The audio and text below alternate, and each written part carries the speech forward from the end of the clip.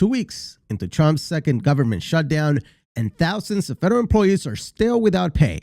Air traffic control towers are short-staffed, flight delays are rising, and the stress among federal workers is reaching dangerous levels. And yet, instead of focusing on reopening the government, Trump seems to be more concerned with building monuments to himself. I'm Dan Rivera Jr., and you're watching Rights Watch.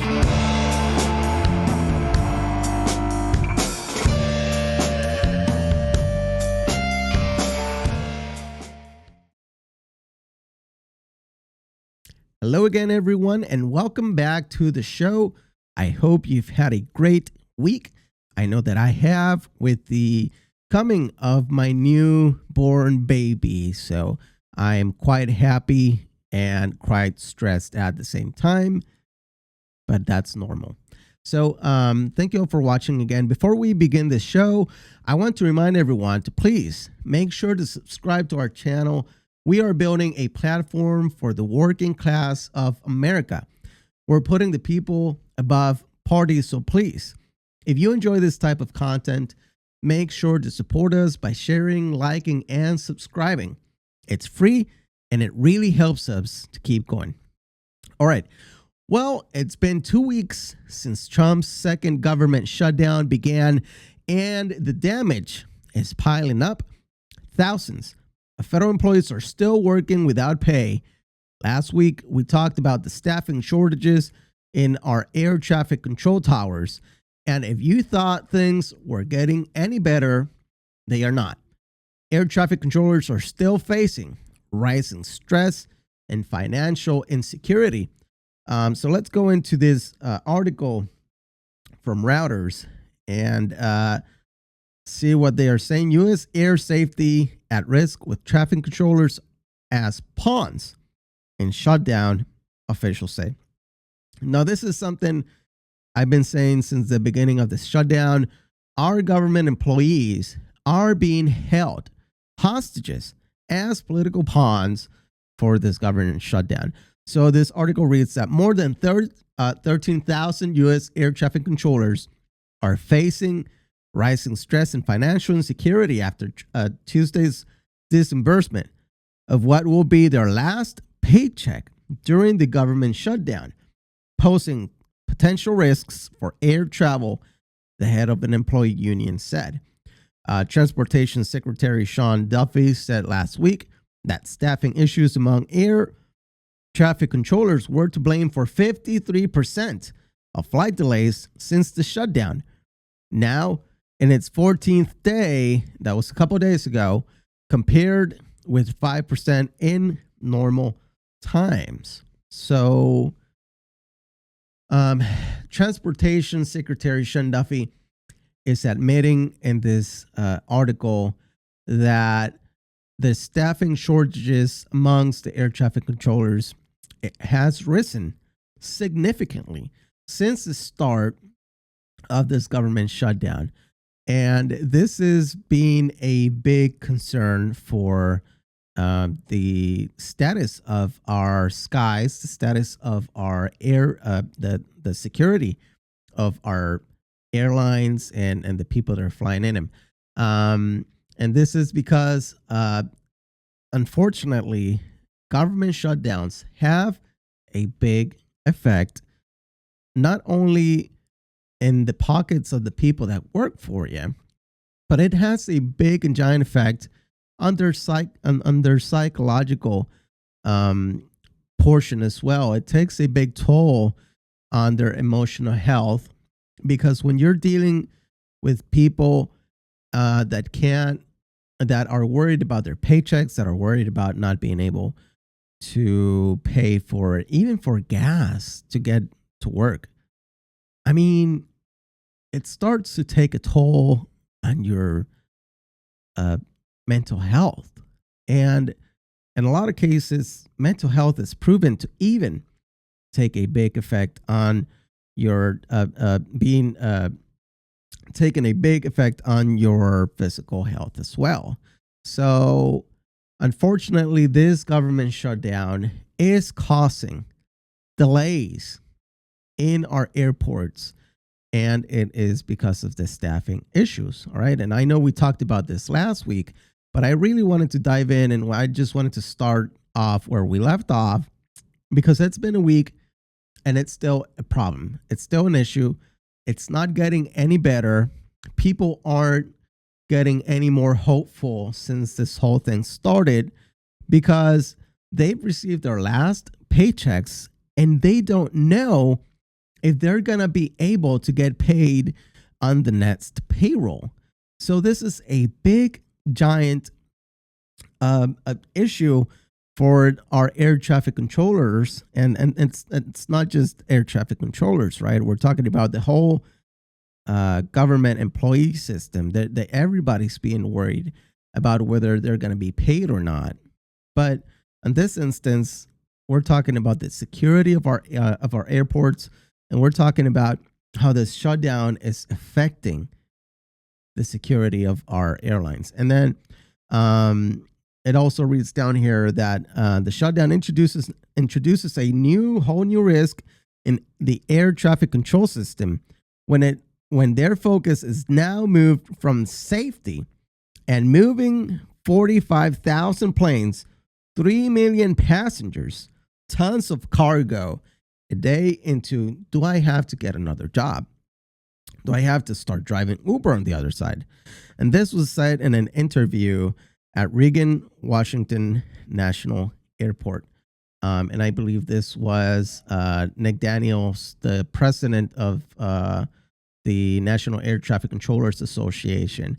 So he has it absolutely right, and he's focusing on the right things, right? He can clearly see the issues that these employees are facing, and he can clearly put himself in the place of these employees. And he knows that right now these employees don't have in their minds that whether they're, how well of a job they're doing. And it is dangerous, right? And we can't really blame these employees for not being able to concentrate fully on their jobs, because now we're adding stress onto them, and we're adding more stuff onto them. And now they're going into work every day wondering, do I have to get another job, right? Do I have to start driving Uber on the other side? Now, are these things that are these the type of things that you want your air traffic controllers to be thinking about? Do you not want them to be at their full mental capacity when they are trying to promote safety and ensure safety in our skies? This is really worrisome. And this is just the second week. There's no guarantees that next week we're going to go back and our government is going to go back, because government employees are being used as political pawns. And sadly, probably until the Republican Party, and let me go into a side tangent here, because when I talk about the Republican Party, I'm talking about the party right now, the MAGA party, the party that's under Trump right now, right? Because most of these people are they are following Trump, right? Trump is currently their leader, and they're following everything that he does, everything that he wants. So when I say the Republican Party, I know people jump right away and to be accusatory as to political affiliations and whatnot. But really, when we talk about what the Republican Party is doing right now, we're talking about the party that is currently under the leadership of the Trump administration, right? So I just wanted to make a pause here to clarify this, because I can't demonize the whole party. I can't demonize. I mean, there's people right now in the party that are actually speaking out, but it's a minority of them. I mean, it's a really small portion of people that are speaking out against Trump because they're scared for their political careers. They're scared about what they're going to say about him. And I mean, out of all people, Marjorie Taylor Greene, I can't really say her name very well. I don't really say her name that often. So, but out of all the people, this lady who was, I mean, a MAGA queen, she was all in for Trump, all in for everything Trump. And this lady seems to be one of the very, very few within the current Republican Party that has some common sense and is talking against all the terrible things that this administration is doing, to the point where she has said that there is no current plans for this administration for healthcare. There's no healthcare plans right now. There's no pathway where the Republican Party has a pathway for our American people to have accessible healthcare. All right. So why am I saying this? Because right now, what the party is doing, unfortunately, is holding all of these government employees hostage. And sadly, whenever they go back or the government goes back into function, there's no guarantees. And most likely, and this is the sad part, is that they will most likely get away with what they're trying to do, because the pressure is not on them right now. And we have to understand that the GOP is not under any type of stress right now. It's the Democrats who are under stress right now.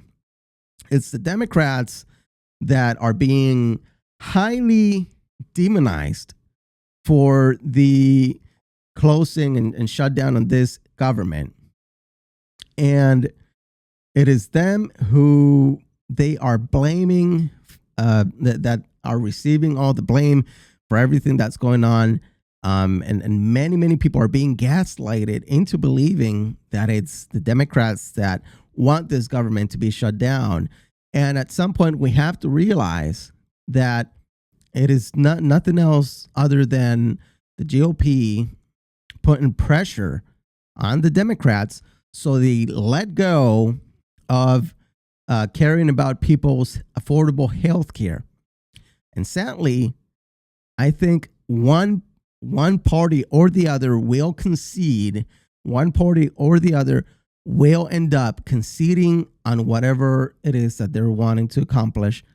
And most likely the Democrats might end up conceding, because I don't know any Democrat, and you can talk about Democrats all you want. I don't know any Democrat that is all up for the shutdown of our government. I don't know any Democrat that is all up for people not getting paid and not being able to ensure the safety in our skies, in our airports. And sadly, it's the Democratic Party that looks after people. And I just have to say that we have to do better. I mean, Republicans have to do better. We have to start caring more for one another, because at the end of the day, we're all in this together, right? So, yeah, it is very sad. And I think that because they care, and I truly do believe that the majority of Democrats do care more about our government employees than Republicans do. I mean, I don't even think that's a contestable or arguable point. I think really the Republicans don't care for government employees, at least under this administration. And the current leaders and the current people that are under the party, I just have to say, right now, the people that are under the party, they are cowards. They do not want to speak out against the party. They do not want to speak out against Trump. And they are hurting. They are hurting the American people, all because they're afraid that they might lose their jobs. Meanwhile, there's thousands and thousands of people that are actually losing their jobs because they are too scared to speak up.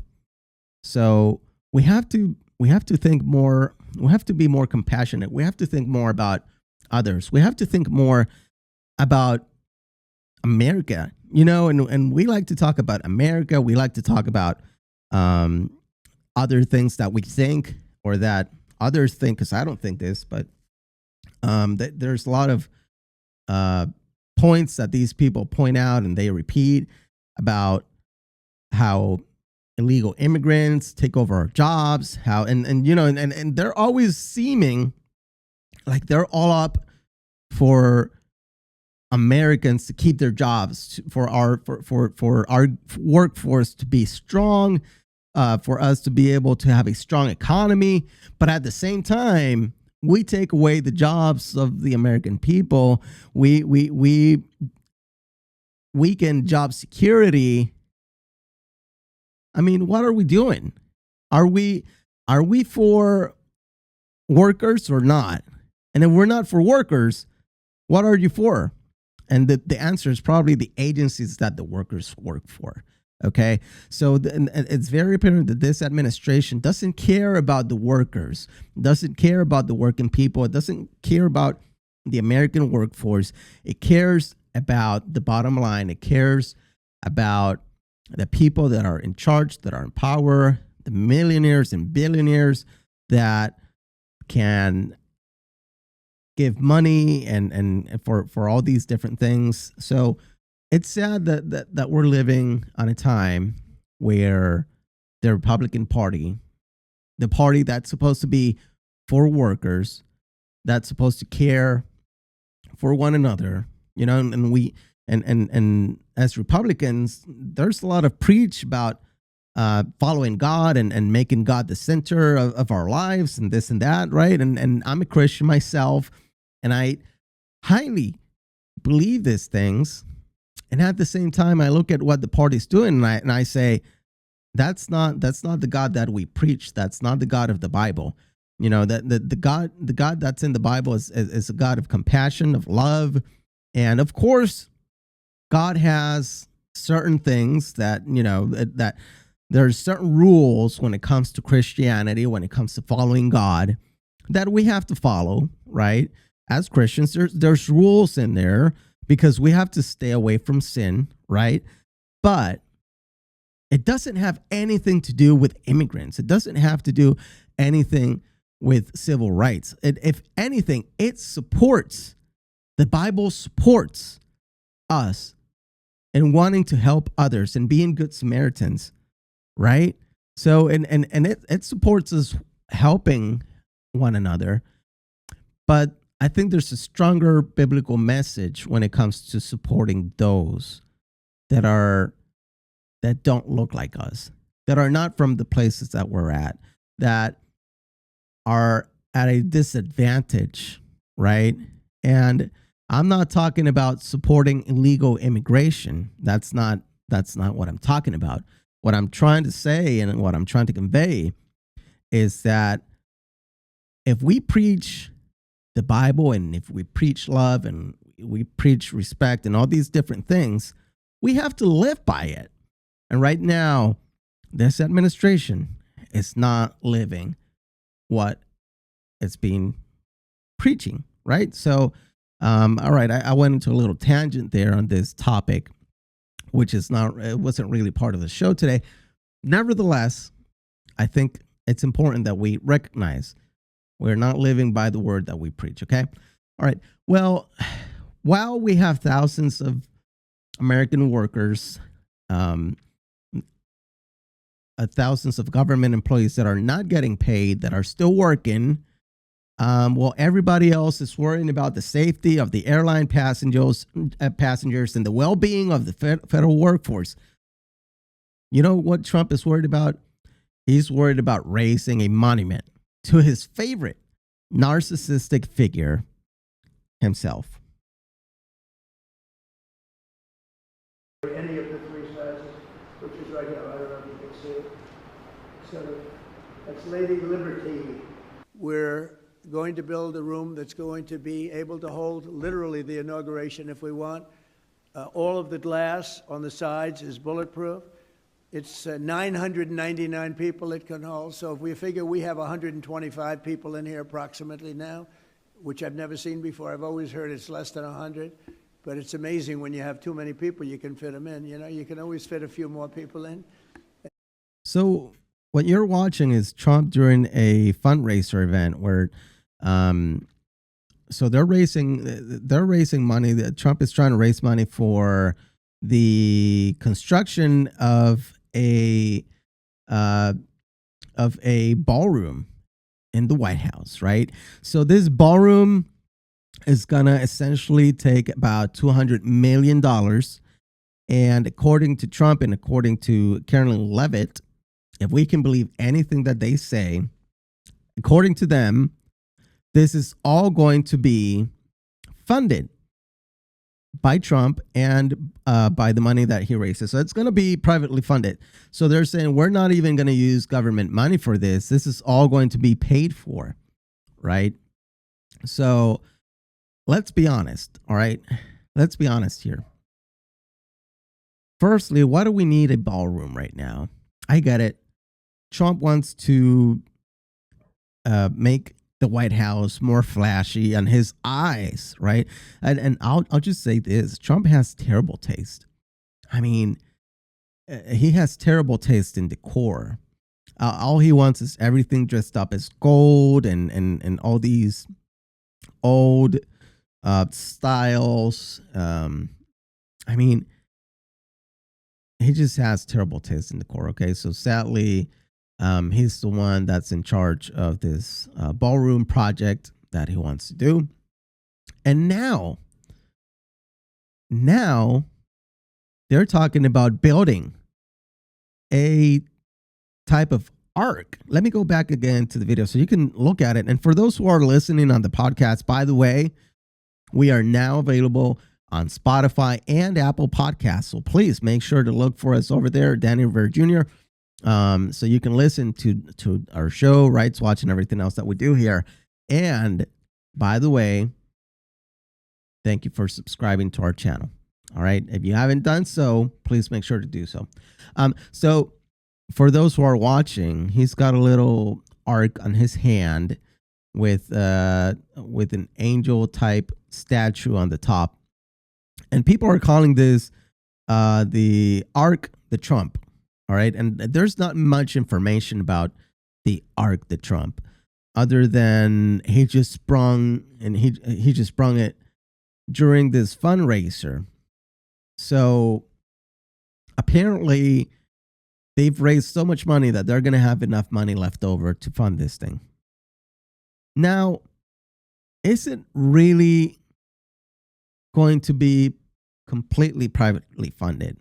So here, I've got some questions about this because firstly, I don't believe anything that Trump says, and I certainly don't believe anything that Carolyn Levitt says. All right, and Angel Aisha said that the 90,000 square foot annex would be paid for by private donors and the president himself. Mr. Trump committed to disclosing donors' names and said he wasn't looking for contributions from foreign sources.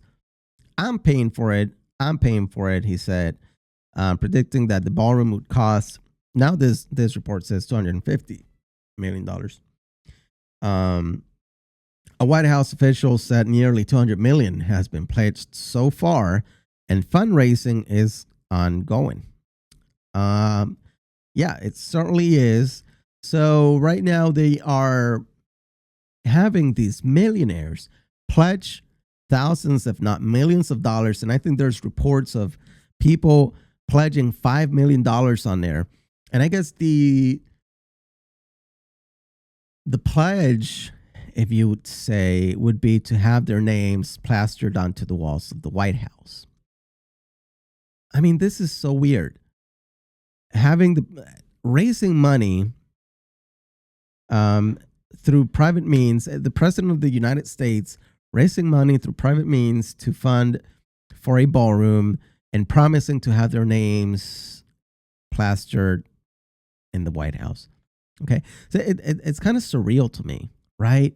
Now, regardless of all of this, this is the new focus that Trump has, and this is the new focus that the administration has. Instead of trying to work and trying to unite both parties. Now, we're talking about the great uniter. We're talking about the president of peace, is what he likes to be called, right? And the so-called president of peace can't even keep peace within his own government. And instead of focusing on trying to unite both parties and open up the government, all he can think about is building this ballroom, building this new Arc de Trump, as they say. With what purpose? I don't. Do we need an arc? Do we need a ballroom? Not really. Not at this moment. We're in such a crisis right now that the American people doesn't need any of these things.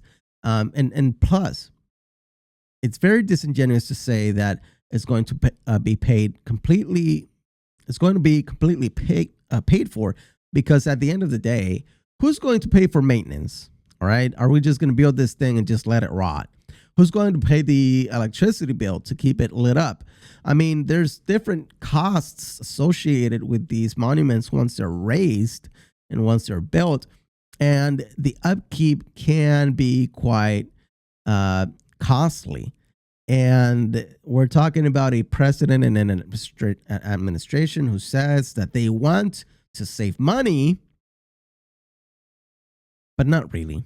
They don't really want to save any money. All they're trying to do is trying to reallocate our money into projects that at the end of the day will benefit them and their egos. All right.